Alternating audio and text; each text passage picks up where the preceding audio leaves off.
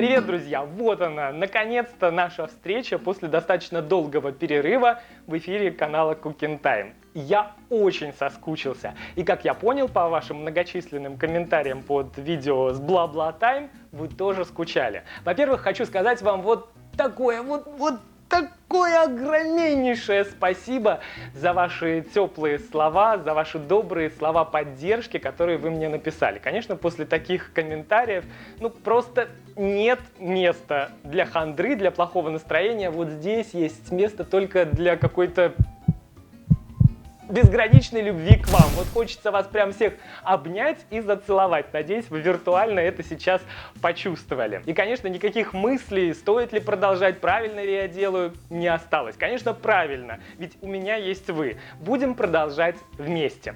И первый рецепт, которым я сегодня хочу поделиться, это рецепт одного из моих самых-самых-самых в последнее время любимых десертов. Это хлопковый чизкейк, коттон чизкейк или японский чизкейк, который, уверен, многие из вас тоже хорошо знают. Впервые этот чизкейк попробовал я несколько лет назад, когда был в Гонконге. И попробовал я его в одном из самых популярных мест, где делают эти чизкейки, Uncle Tetsu. После этого влюбился в него окончательно и бесповоротно. Только о нем и думал, и когда приехал в Торонто, с радостью обнаружил, что Uncle Tetsu есть и здесь. И когда приехал в Торонто, с радостью обнаружил, что Uncle Tetsu есть и здесь. К ним также тянется длиннющая очередь, как в Гонконге, как уверен, и в Японии. И также рядом пахнет вот этими вкуснейшими, ароматнейшими хлопковыми чизкейками, которые сделать дома совсем не сложно. И основное время уходит скорее на ожидание, пока он выпекается в духовке, пока остывает. Все остальное очень просто и достаточно быстро. В общем, что? Правильно. Поехали! Поехали! Поехали! Как я скучал по этой фразе. Как всегда, начинаем с подготовки, с организации рабочего процесса. Во-первых, необходимо достать заранее из холодильника те ингредиенты, которые там хранятся. Они должны немного отойти, дойти до температуры ближе к комнатной. Те ингредиенты, которые хранятся не в холодильнике, мука, кукурузный крахмал, сахар, достаем из шкафа. Также заранее отмеряем и все это расставляем на столе, чтобы этим было удобно пользоваться, так процесс пойдет гораздо быстрее. Заранее также необходимо разделить яйца. Отделить белки от желтков. И вот это как раз удобнее делать с охлажденными яйцами. Процесс разделения так проходит гораздо проще.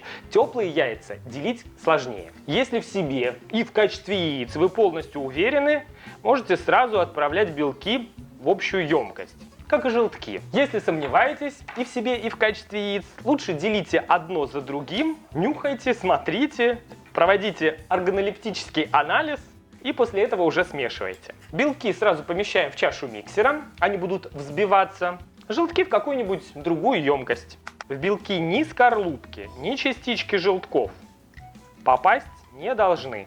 Иначе их будет сложно взбивать. И вот так уже по отдельности, пусть они доходят до комнатной температуры. Единственное, желтки лучше накрыть пленкой, чтобы они не заветрились. Сам процесс начинаем не с замешивания теста, а с подготовки формы. И для этого, кроме самой формы, нам понадобится бумага для выпечки. Необходимо вырезать из нее бортик. Отмеряем, охватывая диаметр. Бортик нужно сделать достаточно высоким. Во-первых, сама форма должна быть с достаточно высокими бортами. Бортик из бумаги для выпечки должен быть еще выше. Где-то сантиметра на 4-5 должен выходить за пределы формы. И также из бумаги для выпечки необходимо вырезать круг, которым мы застелим основание.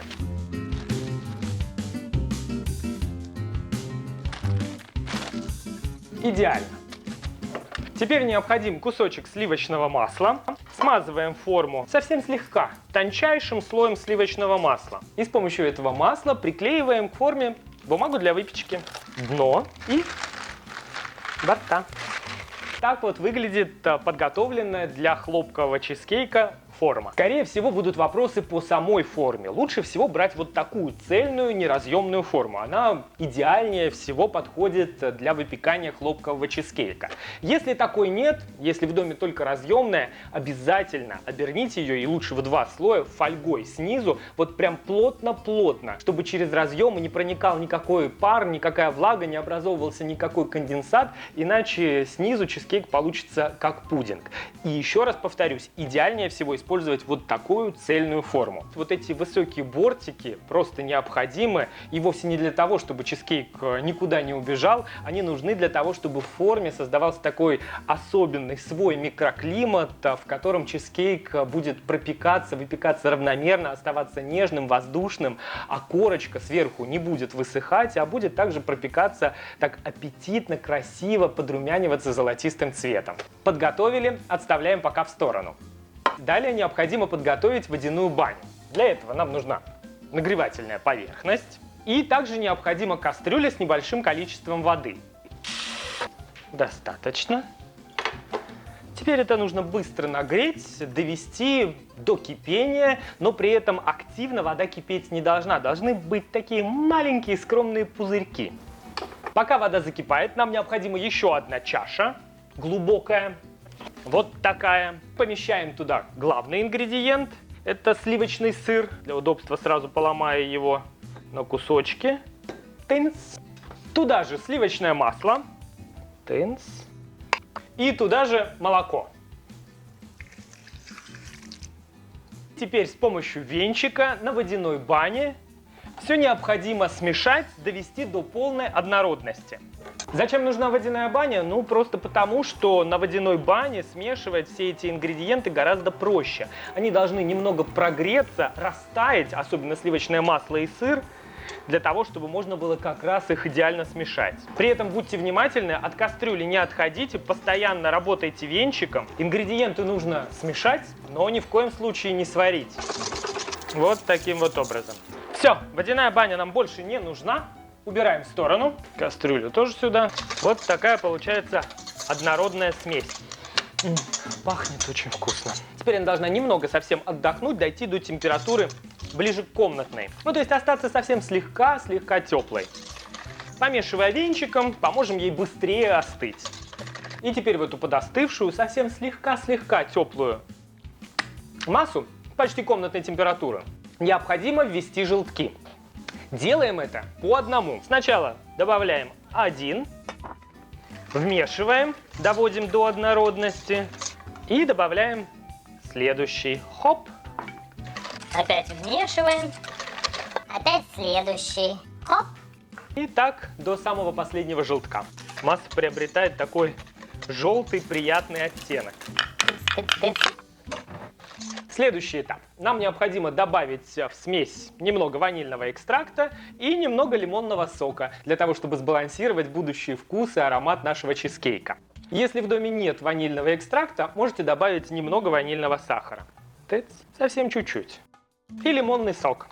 И все это также тщательно, хорошо перемешиваем.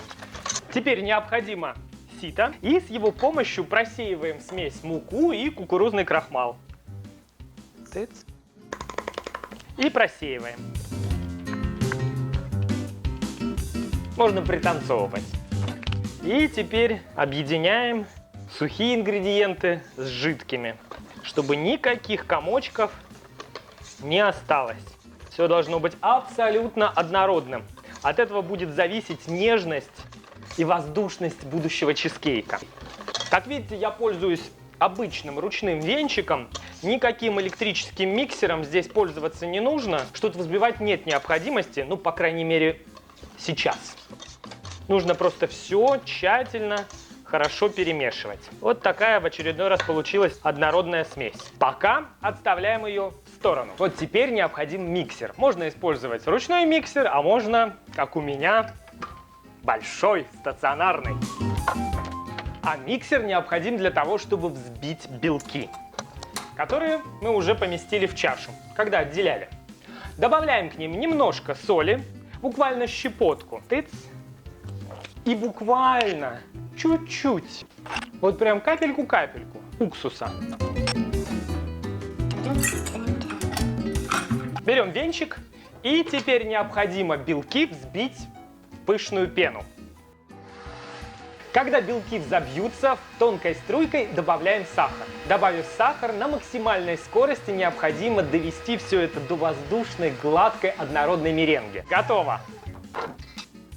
Как всегда, готовность можно проверить, нет, не языком, перевернув чашу над головой. И всегда сделать? Точно готово. Миксер в сторону. Спасибо, друг, помог. И теперь необходимо аккуратно ввести взбитые белки, меренгу в желтково-сырную смесь. Сначала вводим треть аккуратными, но тщательными круговыми движениями в одну сторону, чтобы никаких белковых комочков не осталось. Для этого нужна тщательность, а аккуратность нужна для того, чтобы сохранить воздушность смеси. Вмешав первую треть, добавляем оставшееся количество еще в 2 шага. То есть добавляем по трети за раз. Получается такая однородная, но при этом все еще воздушная смесь. Как для муссового торта. Ну и теперь дело за малым – отправить смесь в форму. Аккуратно вливаем ее, помогая в конце лопаткой. Чуть-чуть подстукиваем, выпуская лишние пузырьки. Но просто так форму в духовку отправлять нельзя. Необходимо создать условия повышенной влажности. Для этого мы берем еще одну форму диаметром покрупнее, застилаем дно бумагой для выпечки. Не обязательно по диаметру, не обязательно аккуратно. Она нужна для того, чтобы вода активно не выкипала.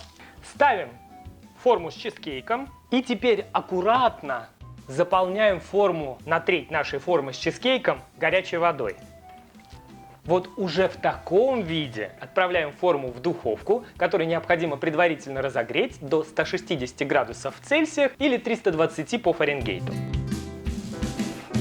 Ставьте очень аккуратно, чтобы не мотать чизкейк туда-сюда. И еще важное условие – не ставить чизкейк слишком высоко, иначе верхушка будет подрумяниваться слишком активно и в результате будет разрываться, что нам, в общем-то, не нужно. Чизкейк должен быть не только вкусным, но и красивым.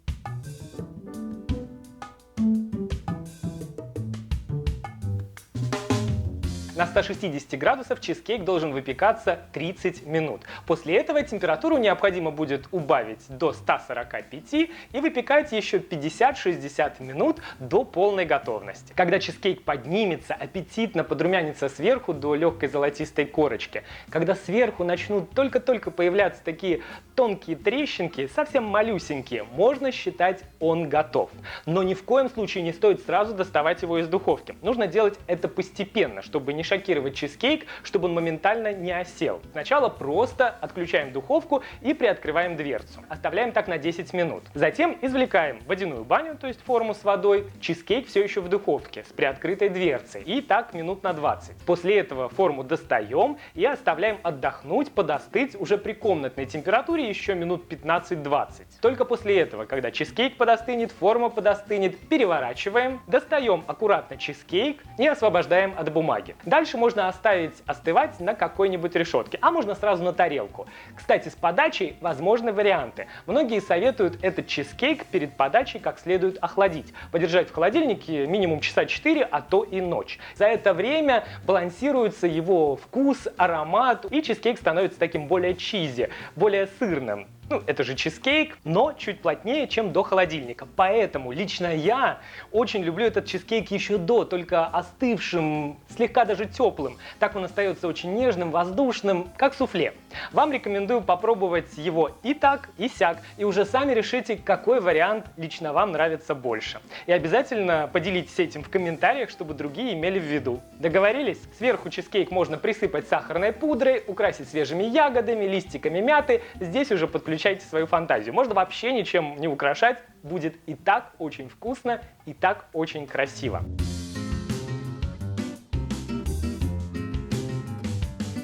Самый любимый мною, и знаю, что многие из вас очень любят этот момент – дегустация. Очуметь, как вкусно. Бомбически вкусно. Умереть не встать, как вкусно. Я вот прям все свои определения готов к этому чизкейку применить. Это действительно очень вкусно, и он такой нежный, такой воздушный. И вот этот вот тонкий, деликатный вкус, он совсем не похож на многим знакомые сладкие чизкейки. Он такой очень-очень тонкий, как будто бы легкие-легкие такие пузырики в нем лопаются. Послушайте. Крайне рекомендую попробовать. Уверен, влюбитесь. Вот прям без всяких яких точно влюбитесь. И мне вот он очень нравится в таком чуть теплом еще варианте не могу остановиться. Я пошел есть. Да, подробный рецепт, как всегда, в блоге, ссылка под видео, там же список ингредиентов, там же ваши комментарии, которые я очень люблю читать и на которые с удовольствием всегда отвечаю. Там же ваши лайки, если видео вам понравилось, и если хочется, чтобы быстрее появилось следующее. Там же обязательно жмете на колокольчик, чтобы получить уведомления о следующем видео. Обязательно подписывайтесь на канал, если этого еще не сделали, и рекомендуйте это видео и канал своим друзьям. Вот такие простые правила, чтобы видео выходили чаще. И еще не забывайте постить свои шедевры в инстаграме, ставьте хэштег CookingFun, отмечайте меня на фото, с удовольствием всегда смотрю, что у вас получается по моим рецептам. С вами был Саша, Cooking Time. Пока-пока!